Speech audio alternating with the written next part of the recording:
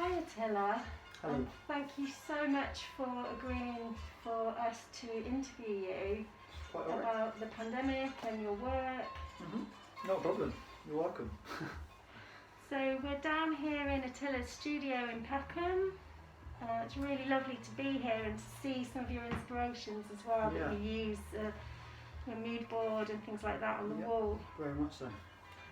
And you decided to sit in front of this painting today, Atila. Yeah. So do you want to talk a bit about this painting? Yeah, definitely. What inspires?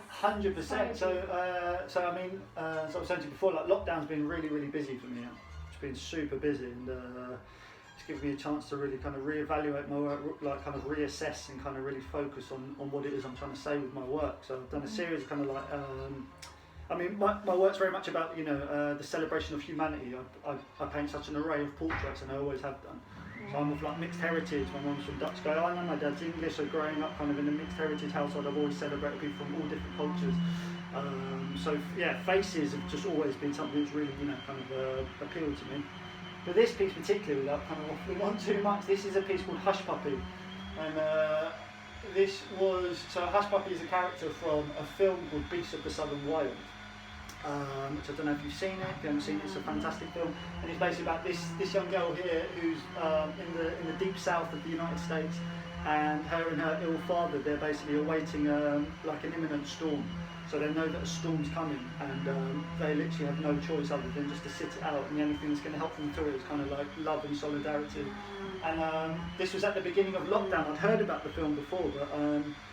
As soon as I saw it, we got a projector at home, watching it on the big screen. There were so many like stills of her face. I was like, I need to paint that. But then not only that, but what the whole story was about really resonated with me, because it was this, like I said, it was at the beginning of lockdown, so we were almost in the midst of this pandemic, this storm. So there were so many parallels, And then it took me a while to, well no, it didn't take me a while, I mean I painted relatively quickly, but there was no immediacy to get this piece finished, so I started it, worked into it, and then actually I left it for a while, and it's when all the Black Lives Matter stuff kicked off as well, so actually it just took on an additional significance, and I was like, you know what, I've been working on these kind of like two-tone pieces, and I was like, you know what is it Horizon saying? And yeah, I don't know. I mean, like, even though I was painting, it was really like speaking to me. It's like as much of a cliche as corny as that sounds, but it was really speaking to me. And yeah, basically on one part, she's kind of there, really confused about the past, about all the injustice that's taken place, to black people throughout, over the hundreds of years. So there's one part of it which is really fiery, really angry. She needs justice now. Like, what the hell? How can my people have been subjected to such, humiliation in the past? But then actually there's something quite calm about it as well. So almost as if she almost took on an additional symbolic kind of role, and she's almost like looking to the future, sort of almost willing to forgive the past, but looking towards the future with like kind of with like a calmness and a hopefulness. So yeah, I mean for me, just kind of. By far my most favourite painting, the most powerful painting I've done throughout the whole lockdown. Yeah, without a shadow of a doubt. It is really powerful, and I can totally see what you mean about that look in her eyes. Yeah. It's got a lot of strength. Absolutely, of course. But also thoughtfulness. Yeah, 100%. And depth. There's a lot going on there. Yeah. I mean, I tried to kind of do as much justice as possible, but I think, the piece in itself, aesthetically, obviously, it is very powerful, but then actually what it means as well, what it stands for, what it represents, what it symbolises for me, it's just like, it's just kind of given me a kick up the arse in terms of like, what is it I'm really trying to say with my work, Because before I was always, I was just more concerned with the aesthetic of my work instead of like what does it really mean, but actually now it's just like work with the message, That's amazing. And it was fortuitous in a way then that you started this painting, about the sort of the oncoming storm of the pandemic, and then it had even more depth, even more power when the Black Lives Matter stuff happened as well on top of that. Without a doubt, yeah. Because I think that has become really relevant to this pandemic. It's been as something that's kind of more, symbolic as well. Absolutely, of course. Yeah, especially because if you think on the one hand, people are just like, what, you can't go and protest. There's still a virus out there. But at the same time, no, this is happening now. People need to make their voices heard now. Like change needs to come now. Yeah. It's just unfortunate there happens to be a pandemic about. You know what I mean? There were people going off to the beaches and just like lacking up in the sun. It's not. It wouldn't necessarily be protesters' fault if the pandemic, like if we were to see another spike, you know. And in a way, I think the fact that people did go out, it shows even more how passionate they feel. 100%. It's the solidarity. It's the need to show solidarity, of course. Yeah, absolutely. Yeah, without a doubt. So you've kind of sort of answered the second question, but I'm going to ask it anyway because I'm sure you're going to have more to say on this subject, Atila. How has the pandemic influenced your work, and if so, how? So I know you've kind of talked about that a bit already, but if there's anything else you want to say? Absolutely, yeah, definitely, because I mean, I did an NHS thank you mural over in East Dulwich, Peckham, East Dulwich, and that actually got a lot of traction. That obviously, I got such a positive response from people walking by like the local community. I ended up doing an interview for Sky News for it as well. I think that must have been how I found you through those articles. Maybe. Yeah. So we got a lot of traction, and which is fantastic because ultimately for me that kind of completed the process. It's just like I'm painting this work publicly. Like obviously street art graffiti is not for everyone. For those who really want to see art, then they can go to a gallery. But this is just like during grey times, it was nice just to put some colour in the street, like on the streets. And also something with a meaning, something with like a massive positive meaning, We've got all the kids who were making the thank you NHS heroes posters in the windows and stuff. It was basically it was like an extension of that. Version of that. Fantastic, exactly that. And then, so you kind of talked a bit about how your work is, you think your work's definitely already found more depth during the pandemic. Yes, of course. Can you talk a bit more about that? So sort of how it will, this period in our lives will continue to affect your work in the future? Yeah, I mean, I think, again, like what we were saying earlier, for me, we've suddenly been given this time during lockdown to do what you will, you know what I mean? You haven't really, I have been busy because I do work online, but then I've had a lot, for example, I was working in North London before, I was travelling 40 hours a month, so that's 40 hours a month I get back from not travelling, so let alone, you know what I mean? So what you can achieve in 40 hours is amazing. So on top of that, the hours which I wasn't working, I had here, so it's fantastic. So I don't know. I mean, like I said, I've always been more concerned with the aesthetic of my work, and I didn't really want my work to be like deeply conceptual or anything like that. I was just, coming from like both graffiti and fine art, my work's very much been about big, bold, bright colours in your face.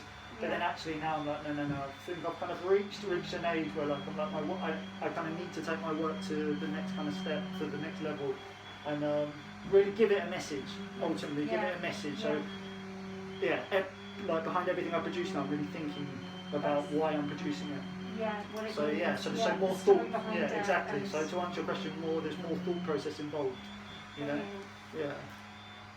And so as we're a group of speculative fiction writers or science fiction writers, we wondered what your vision of the future was, because you did speak a bit about that when I first came in, and I wondered if you'd like to talk about that. Yeah, I mean, so in terms of how will this whole how will 2020 affect our future lives is there's just a massive question mark right there, isn't there? In theory, it would be better if it'd be nice if things wouldn't necessarily go back to the way we were, like in this quick consumerist culture where there's not really a strong feeling of solidarity. I think if we can take anything away from this pandemic, it should be that this feeling of togetherness, this feeling that we're all together, we're all one, whatever race, whatever colour, whatever age. You know what I mean? The pandemic didn't see colour or anything like that. So through the pandemic, and then you've got the Black Lives Matter thing, it just goes to show we're all children of the earth without sounding corny, but we are. And you know what I mean? Like, the only thing's guaranteed in life, without being too philosophical, the only thing's guaranteed in life is life and death. What you do in between is up to you. So I think that in order for us to kind of like better our futures, we will have to kind of like wise up in the way we're thinking. But then even, like as an extension of that as well, like what does the actual future look like? I actually read an interesting book last year on the rise of artificial intelligence as well.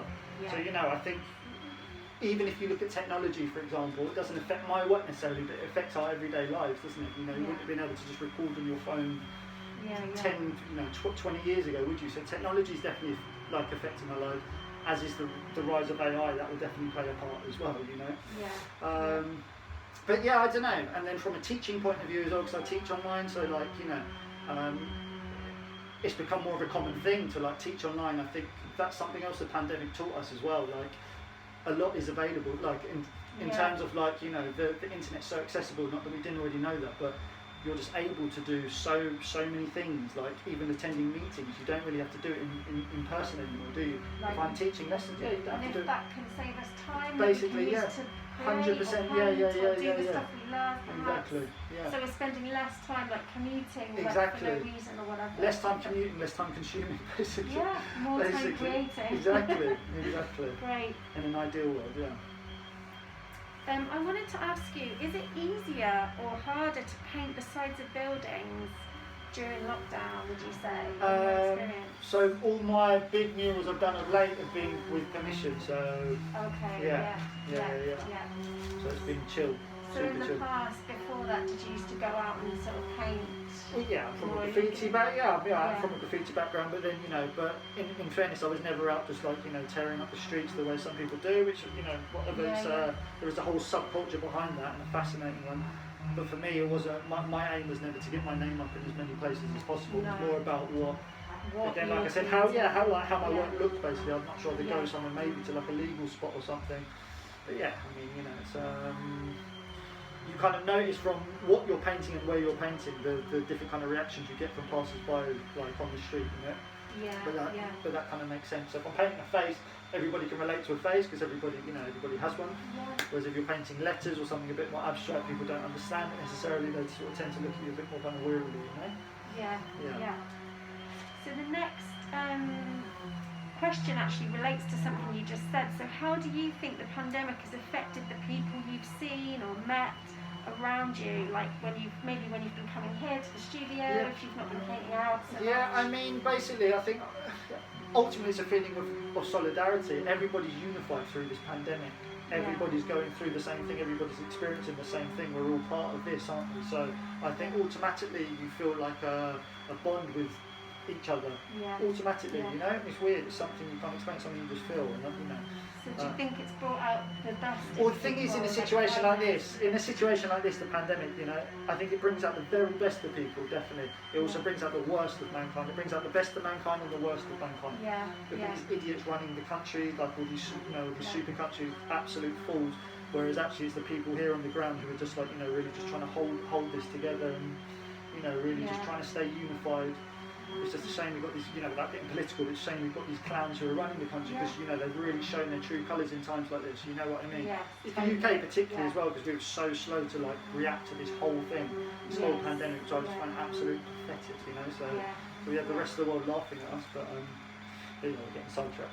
No, but I wanted to ask you as well, like when you were painting the one that you said of the NHS, thank you, did you get a good response? 100%, yeah. Did you get talking to a lot of people? Yeah, 100%. Yeah, 100%. Really positive response. Even from, like, well not even, but you know, NHS workers walking past were just saying thank you so much. People just like, oh, you know, my son's a doctor, my daughter's a nurse, my daughter's a doctor. And you know, for me, it's just like that was quite neat. Yeah, exactly. You don't need to say thank you. It's just, you know, this is for you, it's for everyone. And with galleries closed, Atila, how do you think street art can inspire and improve people's mood during lockdown? Well, I mean, it's like I said, it's literally putting some colour into these grey times, into these grey uncertain times, isn't it? You know. I remember when I first started seeing graffiti and kind of street art for the first time when I was young, it just like blew my mind. It's nice to think that you know, that other youngs would have that feeling. It's not like necessarily, you know, like age exclusive at all, but I just think, you know, it's for everyone, isn't it? Really, but you know, not everybody's going to like it, and also everybody has different. It's so subjective. Everybody has different tastes, don't they? So what one person might love that, somebody else might hate it. Whatever it is, what it is. But that's the thing when you're painting publicly, isn't it? You know. But a majority of people always like it. It's nice, even if you're getting people to think, even if, you know, somebody looks at that and they don't like it, or maybe they can think, why don't I like that? What is, you know, at least you're engaging people. It's like it starts a conversation. Exactly, good. You're opening the dialogue. And like you said, this girl's face, I don't know her name, sorry, but like that could start a dialogue. The kind of dialogue you were talking about 100%. That inspired you to paint it. Just by two people walking past. Exactly. Exactly. So, And then just a last thing, unless there's anything extra obviously at the end you want to say, Atila, what are your favourite science fiction books, films, comic books, anything like that, TV series? So anything? my favourite, I had it over there, let me sorry. This was an early comic book which I had. Oh, brilliant, Batman. amazing. Do you want to hold that up to me? Batman, yeah, excellent. Gotham, yeah. Judgment Day, Judge Dredd, that was fantastic. So this is something which I take a lot of inspiration from. Obviously, a lot of graffiti artists actually kind of get influence from kind of comic books and stuff. Do they? Yeah.